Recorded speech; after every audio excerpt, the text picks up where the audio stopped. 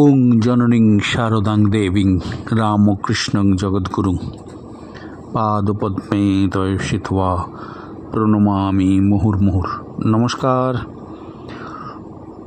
নিবেদিতার ভারত দর্শনের আজ 253তম পর্ব।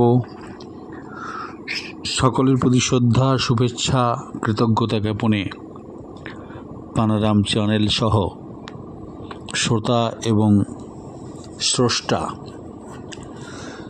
এবং প্রেরক সকলেই এক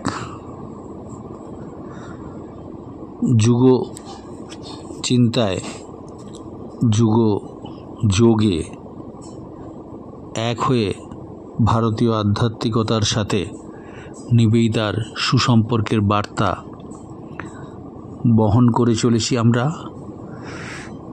বহন করার সাথে কিছু মানুষের কাছে সেটি ধারক ও বাহকের ভূমিকায় একদিককার মানুষ, আবার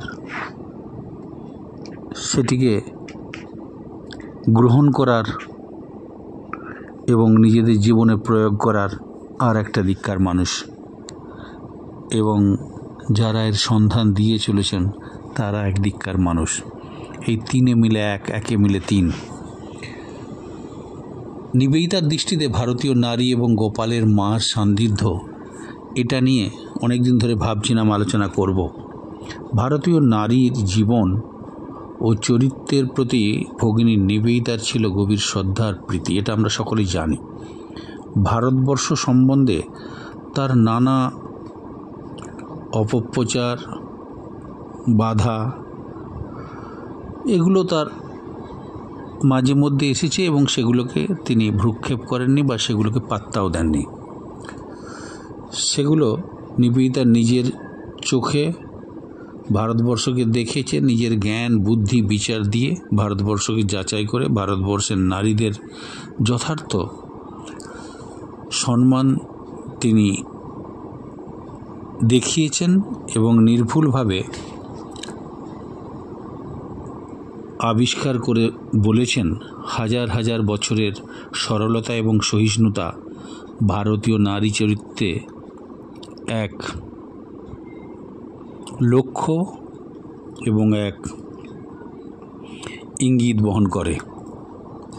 ভারতীয় নারীর ধৈর্য, ভারতীয় নারীর কল্পনা শক্তি ভারতের জাতীয়তাবাদকে গঠিত করে এক নতুন দিগন্তের দিকে ভারতবাসীকে এগিয়ে নিয়ে যাবে। এই ভারতবর্ষের নারীর জীবন ভারতের মাটি দিকেই কিন্তু উদ্ভূত। একটা মনোরম কবিতার মতো যেন পাশ্চাত্য সমাজ কয়েক শতাব্দীর মধ্যে যে সংহতি এবং একতা হারিয়েছে, ভারতে তা এখনও অক্ষুণ্ণ রয়েছে। প্রধানত এদেশের নারীদের জন্যই। নারীদের ত্যাগ, তিতিক্ষা, ধৈর্য, অধ্যবসায়, সংযম, পবিত্রতা, এগুলি ভারতবর্ষের শক্তিস্বরূপ। এগুলি ভারতবর্ষের মানুষের কাছে যেন ভারতীয়ত্ব বোধকে আরও দৃঢ় করে রাখার জন্য এই মায়েদের ভূমিকা, মেয়েদের ভূমিকা, নারীদের ভূমিকা যুগ যুগ ধরে প্রাসঙ্গিক হয়ে রয়েছে। সেই দেবদেবীর পুরাণের কাহিনী থেকে সেই নারীরাই ভারতবর্ষে আজ সর্বোচ্চ অধিকারী, সর্বোচ্চ শক্তির আধার। নিবেদিতা ভারতের প্রতি ক্ষেত্রে নারীর পটভূমিকা দেখতে পেয়েছেন। আমাদের ধর্ম, দর্শন, নীতি, কাব্য এবং শিল্পকলার যুগ এবং যুগ সঞ্চিত মহান ঐতিহ্যে ভারতীয় নারীর আশা, আকাঙ্ক্ষা, হৃদয়াবেগ, কর্তব্যবুদ্ধি, সেবাপরায়ণতা, মৃদুতা, মমতা, আদর্শনিষ্ঠা, স্বার্থত্যাগ, ধর্মনিষ্ঠা সকলেই দাঁড়িয়ে আছে সেই ঐতিহ্যের সুদূর ভিত্তির উপরেই। নিবেদিতা তার নানা রচনার মধ্যে ভারতীয় নারীকে সর্বদা সমর্থন ও বন্দনা করেছেন। তার দৃষ্টিতে ভারতীয় নারীর জীবনচরিত ও চিন্তাধারাকে মনোযোগের সঙ্গে অনুশীলন করলে আমাদের হৃদয়ে আমাদের মা, বোন, কন্যা, বন্ধুদের প্রতি একটা নতুন শ্রদ্ধা ও প্রীতি, সম্মান জেগে ওঠে। হিন্দু রমণীকে গঙ্গার ঘাটে দাঁড়িয়ে গঙ্গাকে নমস্কার, গঙ্গা জল স্পর্শ, আবার গঙ্গায় নেমে গভীর প্রীতিভাবে নাম বা স্তব করতে কখনো কখনো স্নানের দৃশ্য দেখে নিবেদিতার মুগ্ধতার সীমা থাকত না এবং নিজেও এদেশের বয়স্ক বিধবা নারীদের মতো এই আচরণগুলি নিজেও দেখিয়ে ফেলেছেন। কোথাও যাবেন, ঠাকুরস্থানে প্রণাম করছেন হাত তুলে, মন্দিরে ঢুকবেন জুতো খুলে রাখছেন, আবার গঙ্গায় এসে মাথায় জল স্পর্শ করে নিয়ে নৌকায় উঠছেন। এগুলো সব যেন আচারনিষ্ঠা কোনো ভারতীয়র প্রতিচ্ছবি নিবেদিতার আচরণের মধ্যে বারবার ফুটে ওঠে।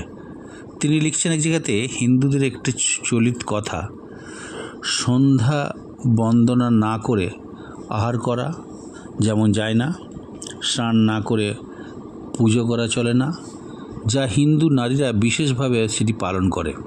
সেই জন্যই তাদের দিন আরম্ভ হয় অতি প্রত্যুষে নদীতে বা পুকুরে স্নান করে।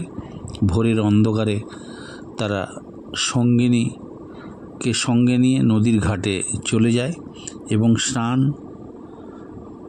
তাদের নিকট একটা শারীরিক শুধু কীর্তি নয় বা শারীরিক কীর্ত সাধন নয়, এটা একটা মানস কীর্তও বলা যেতে পারে। দেহের সূচির সঙ্গে মনের নির্মলতা সেটা সম্পাদিত হয়। স্নানের লক্ষ্য নিজে পবিত্র হওয়া, তার আচরণের মধ্যে পবিত্র হওয়া, তার মানসিক দিক দিয়ে পবিত্র হওয়া, সেগুলো শুধু নিজের বাহ্যিক দিককার নয়, অন্তরের দিক দিয়েও সেটা নিজে অনুভব করে। ভারতীয় রমণী ভিক্ষুক বা সাধুর ফকিরকে ভিক্ষাদান করে সংসারের শত কাজের মধ্যেও এটা তার কাছে একটা অবশ্য পালনীয় কর্তব্য। নিবেদিতা ভারতের ঘরে ঘরে এই ঘটনাটার মধ্যে ভারতীয় সমাজের একটা আশ্চর্য মমতা ও সংহতি লক্ষ্য করেছেন। তিনি লিখছেন, গৃহস্থের আঙিনায় ভিক্ষুক এসে দাঁড়ালো, মুখে তার ভগবানের নাম, হয়তো বা সে একটি ভজন গান করছে, আর তার গানের শব্দ শুনে গৃহস্বামী তার আগমন জানতে পারলেন এবং তার ভিক্ষাপাত্রে নিজের সাধ্য অনুযায়ী কিছু দেবার জন্য প্রস্তুত হলেন। ভিখারির কোনো দাবি নেই, কিন্তু অভাব তার কম, সামান্য কিছু খাদ্য, যৎসামান্য পরিচ্ছদ এবং একটু আশ্রয় পেলে তা চলে যায়, তাতেই সে তুষ্ট হয়। ভারতের ভিখারিদের মধ্যে অনেকে ধর্ম ও দর্শনের উচ্চ আদর্শে অনুপ্রাণিত। এক মুঠো চালের বিনিময়ে ভারতের বধূ কন্যারা এদের মুখ হতে অমূল্য তত্ত্বকথা শুনতে পায়। ভিখারিদের গানের মাধ্যমে উচ্চভাবে অনুপ্রাণিত লোকসঙ্গীতের সৃষ্টি হয়। তারা পরিবারের সামনে দুটো পয়সার জন্য, এক মুঠো চালের জন্য সেই পরিবারের কল্যাণ কামনা করে ঈশ্বরকে প্রার্থনা করে। পরিবার, যাদের পরিবারের সামনে এসে ভিখারি বা এই ধরনের যারা অপরের কাছে কিছু সাহায্য পেয়ে জীবনযাপন করেন, তারা ঈশ্বরকে নিজেদের জন্য রাখে না। এক্ষেত্রে যার কাছ থেকে সাহায্য পায়, যার কাছ থেকে ভিক্ষা আশা করে, তাদের মঙ্গল কামনা করে। এতে তার গরিমা নেই, অহংকার নেই, বিনয় আছে। নিবেদিতা সেগুলো লক্ষ্য করে অবাক হয়ে গেছেন। নিবেদিতার মধ্যে সমগ্র খ্রিস্টান ধর্ম সংস্কৃতির সাহিত্য ও চিত্রকলায় যিশু জননী মেরির যে পরিচয় ফুটে ওঠে, সেটা প্রাচ্য দেশের জননীর চরিত্রের মতনই। ভারতের সন্তান ও মাতার মধ্যে যে নিঃস্বার্থ আকর্ষণ, স্নেহ, মমতা, শ্রদ্ধা ও ভক্তি, কর্তব্যবুদ্ধি স্বভাবতই বিকাশ লাভ করে, তার তুলনা কেউ করতে পারবে না। ভারতবর্ষের মাতৃত্বের তুলনা জগৎ প্রসবিনী ভগবতীর উদার স্নেহ ও কল্যাণ কামনার সঙ্গে সব কিছুকে মিলিয়ে দেয়। ভারতবর্ষের সন্তান যত বড় হোক না কেন, মায়ের কাছে সে চিরকালই শিশু। নিবেদিতার মতে এই ভাব মানুষকে মহান আধ্যাত্মিক স্তরে উন্নীত করে। এই অনুভূতি সবার দ্বারা হয়তো হবে না। নিবেদিতার মতো মহান চরিত্রের অন্তর্দৃষ্টি সম্পন্ন মানুষেরাই সেটি পারে। মায়ের প্রতি অনুরাগ ভক্তি হিন্দু মনে পরমেশ্বরের বিশ্বপ্রসারী মাতৃভাবকে সম্মিলিত করে এবং সমুন্নীত করে। নিবেদিতা বলছেন, এমনই একটা উদ্বেল ভালোবাসা যা কখনো আমাদেরকে প্রত্যাখ্যান করতে পারে না, এমন একটি আশীর্বাদ যা চিরকাল আমাদের সঙ্গে সঙ্গে থাকে, এমন একটি সান্নিধ্য যা হতে আমরা কখনো দূরে যেতে পারি না, এমন একটি হৃদয় যেখানে আমাদের অবিচ্ছিন্ন নিরাপত্তা, অগাধ মাধুর্য, অবিচ্ছেদ্য বন্ধন, অমলিন চিরশুভ্র সুচিতা। এটাই হিন্দুদের মাতৃমহিমা। মা ডাকটা যেন একটা চির আপনতার কাছের এবং সবচেয়ে বড় কথা আশ্রয়ের একটা যেন বন্ধন। ভারতীয় নারীর বধূমূর্তিও নিবেদিতাকে আকৃষ্ট করেছিল। তিনি বলছেন, ভারতবর্ষের কন্যার হৃদয়ে একটা পবিত্র ব্রত গ্রহণের সংকল্প নিয়েই স্বামীর ঘরে প্রবেশ করে। বিদ্যালয়ের লেখাপড়ার উপর বেশি নির্ভর না করে হিন্দু বধূরা সামাজিক শিক্ষা দীক্ষার এমন নিখুঁত কী করে হয় এটা ভেবে নিবেদিতা বিস্মিত হয়েছেন।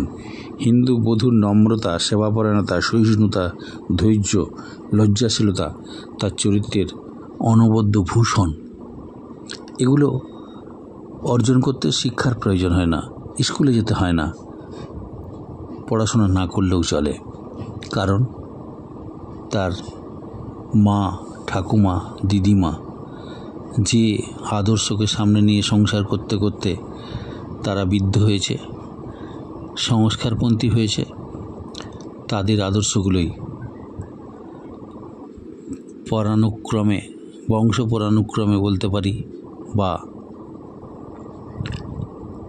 পারিবারিক একটা সামাজিক রীতিনীতি মানতে মানতে, সামাজিক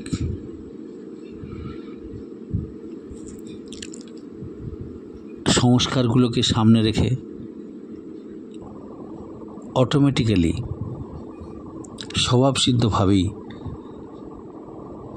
পরের প্রজন্ম সেগুলোকে আয়ত্ত করে এবং সেটাই তাদের শিক্ষা হয়ে যায়, সেটাই তাদের আচরণের মধ্যে প্রকাশ পায় এবং এটাই আবার পরের জেনারেশনের জন্য তারা রেখে যায়।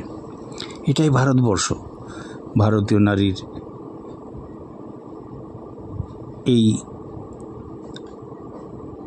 বিশেষত্ব প্রাচ্য থেকে পাশ্চাত্যের মানুষের কাছে শিক্ষণীয় হওয়া উচিত। তাহলে সমগ্র মানব জাতি তাদের মাতৃত্বের আসল রহস্যটা উদ্ঘাটন করে নিজেদিকে এক আনন্দময় সম্পর্কের সূচনা করতে পারবেন। সামাজিকভাবে ভারতীয় কন্যার হৃদয়ে একটা পবিত্র ব্রত গ্রহণের সংকল্প নিয়ে স্বামীর গৃহে মেয়েরা যখন যায়, বিদ্যালয়ের লেখাপড়া যখন সেরে তারা স্বামীর বাড়িতে গিয়ে তার নিজের মা, বাবা, ভাই বোনদের দূরে রেখে স্বামীর পরিবারকে আপন করে নিয়ে স্বামীর মাকে, বাবাকে নিজের মা বাবা আখ্যা দিয়ে তাদের সেবায়, তাদের সংসারই তখন তার নিজের সংসার হয়ে যায়। এটা এক আশ্চর্যের বিষয় বলে আজ পরিগণিত হতেও পারে, নাও পারে, কিন্তু এটা ঘটছে ভারতবর্ষে। ভারতবর্ষের নারীরা এটাতেই তারা অভ্যস্ত এবং যুগ যুগ ধরে এটাই তারা মেনে নিয়েছে এবং এতেই তারা আনন্দ উপভোগ করছে। আর সবচেয়ে মজার ব্যাপার, হিন্দু মা এবং বধূর মতো হিন্দু বোনেদের মূর্তিও নিবেদিতার জীবনে মুগ্ধকারী ঘটনা মনে হয়েছে। ভাদ্রী দেওয়ার অনুষ্ঠানটাকে তিনি পরম প্রীতির চোখে দেখতেন। তাছাড়া তরুণী বাল্য বিধবা হয়ে পিতৃগৃহে ফিরে আসছে, সে ঘটনাটাও পরম্পরা তার জীবনকে নিয়মিত করে নিবেদিতা তার নিজের চোখে পর্যবেক্ষণ করার সুযোগ পেয়েছিলেন ভারতবর্ষের অনেক নারীর মধ্যে, যারা নিজেদের জীবনগুলিকে এক আদর্শ চরিত্রে পৌঁছে দিয়ে ভারতীয় এক একটি আদর্শগত চরিত্রে পরিণত হয়েছেন। এরকম আমরা অনেকের কথাই আলোচনা করতে পারি। সর্বাগ্রে শ্রী শ্রী মা সারদা দেবী এবং অর্থোডক্স সমাজের তৎকালীন বিধবা এক ব্রাহ্মণ নারী হিসাবে তার যে ভূমিকা সামাজিক দৃষ্টিভঙ্গি থেকে দেখলে আমরা এই জায়গায় পৌঁছতে পারি, সেখানে এই নারী কেবলমাত্র তার ব্যক্তি সুখ, ব্যক্তি চিন্তা, ব্যক্তি ভাবনা, আত্মীয় পরিজন পুষ্টতা নয়, সমগ্র মানব জাতির তিনি মাতৃত্বের পরাকাষ্ঠা। যেভাবে ব্যাকুলভাবে তার আরাধনা করেন, তাকে পাওয়ার চেষ্টা করে, সে তাকেই পেতে পারে যদি তার সঠিকভাবে তার সান্নিধ্য লাভে তিল তিল করে নিজের জীবনটিকে তার জীবনের সাথে মেলাতে পারে। তখন জগৎ ওই নারীটির কাছে ঋণী হয়ে যায়। ভারতবর্ষে এই রকম নারীর সংস্পর্শে যারা থেকেছেন তারাও এক একজন মহিষী নারীতে পরিণত হয়েছেন। গোপালের মায়ের চরিত্র অঘোরমণি দেবীর কথা আমরা এর পরের দিন আলোচনার মধ্যে নিয়ে আসব, কিন্তু মা সারদা দেবীর সাথে যারা থাকতেন, গৌরী মা, গোলাম মা, লক্ষ্মীদি, যোগিন মা, কৃষ্ণভাবিনী দেবী, বলরাম বসুর স্ত্রী, মাস্টারমশাইয়ের অর্ধ পাগল বা পাগলিনী নিস্তারিণী দেবী, এরকম অনেকেই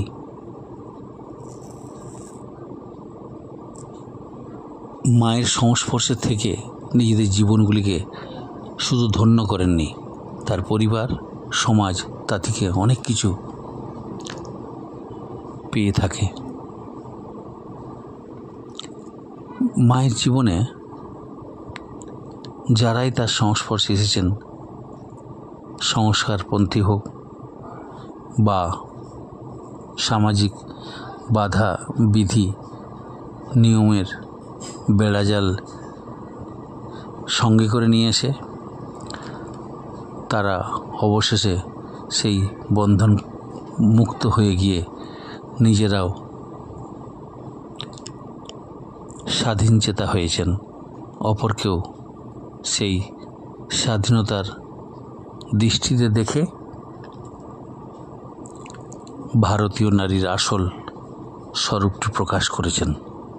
আসলে অর্থোডক্সিটি সমাজ মানুষকে যে বেড়াজালের মধ্যে আবদ্ধ করে সমাজকে সংরক্ষণশীল করে রাখে, সেখানে একটা উদার আদর্শ যখন উপস্থিত হয়, যখন তার সান্নিধ্য লাভ করার সুযোগ আসে, যারা সে সুযোগ পায় তারা প্রত্যেকেই সমৃদ্ধ হয় এবং তারা নিজেরা সেই আদর্শকে সামনে রেখে নিজেদের জীবনটাকে ধন্য করে ফেলে। ভারতবর্ষের নারী চরিত্র যাদেরকে আপগ্রেড করার জন্য স্বামীজি নিবেদিতাকে পাশ্চাত্য দিকে ধার করে নিয়ে এসেছিলেন, ঋণ নিয়েছিলেন, সেই ঋণ স্বরূপ নিবেদিতা ভারতবর্ষের মেয়েদের কাছে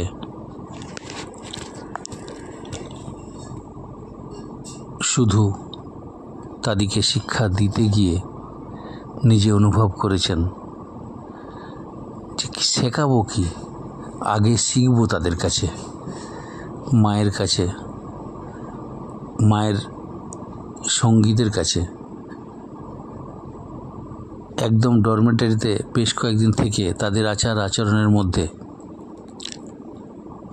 সমস্ত বিষয়গুলি প্রত্যক্ষ করেছেন এবং নিজের জীবনকে সমৃদ্ধ করেছেন। সেটাকে সামনে রেখে স্বামীজির ভাষায় জাতীয় ভাবনায় এদেশীয় নিজস্বতাকে বজায় রেখে তাদেরকে এগিয়ে নিয়ে যাওয়া, এটা নিবেদিতার মূল লক্ষ্য স্বামীজির দ্বারা নির্দিষ্ট ছিল। তাই নিবেদিতা যা করেছেন, এদেশের মহিলারা তারা নিবেদিতার জীবন আলোয় আসলে অতি ভারতীয় হওয়ার একটা সুযোগ পাবে। নিবেদিতা ভারতবর্ষে না জন্মেও ভারতীয় হয়েছেন, তার আচার আচরণে ব্যবহারে ভারতীয়দের সেই ঠিকানাই যেন দিতে এসেছিলেন নিবেদিতা। এবং অনেক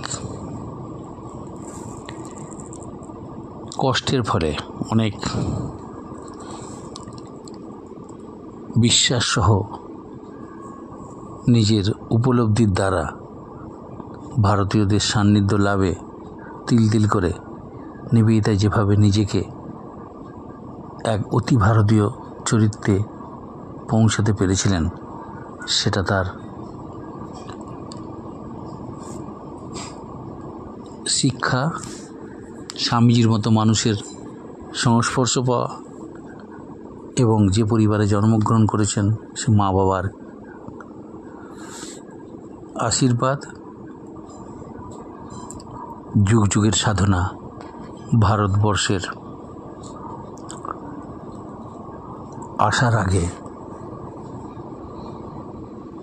নিবেদিতা সেই ভারতবর্ষের ইতিহাসের সন্ধানে গিয়েছিলেন কিনা আমরা জানি না, কিন্তু ভারতবর্ষে এসে যে আদর্শ একজন নারী হিসেবে প্রয়োজন ছিল সেটার অন্তত সন্ধান পেয়েছিলেন বলেই নিজে সমৃদ্ধ হয়েছেন, সর্বোপরি ভারতবর্ষের নারীদের কাছে আদর্শ হতে পেরেছিলেন। স্বামীজির ইচ্ছা এবং তার নিবেদিতাকে যেভাবে ব্যবহার করতে চেয়েছিলেন, সেটা নিবেদিতা স্বামীজির স্বপ্নকে সার্থক করেছেন। ম্যাকলাউন্ডের ভাষায় নিবেদিতা চরিত্রে পৌঁছাতে স্বামীজি সবচেয়ে বেশি সময় ব্যয় করেছিলেন বলেই ভারতবর্ষের সামনে একটা আদর্শ রেখে যেতে পেরেছিলেন স্বামীজি। ভারতবর্ষ নারী চরিত্রের অঘরমণি দেবী সম্পর্কে, রামকৃষ্ণের গোপালের মা, তার সম্পর্কে এর পরের দিনে আপনাদের জন্য অপেক্ষায় থাকবে। আজ এখানে শেষ করলাম। সকলে ভালো থাকবেন। নিবেদিতার ভারত দর্শন নারীদের কাছে আর এক নারীর আদর্শ, দেশি হোক বিদেশি হোক, আদর্শই। জয়তু নিবেদিতা। অঙ্গশতমা সদ্গময় তমসোমা জ্যোতির্গময়। ওং শান্তি শান্তি শান্তি হরি ওং তৎসৎ। শ্রীরামকৃষ্ণ অর্পণমস্তু।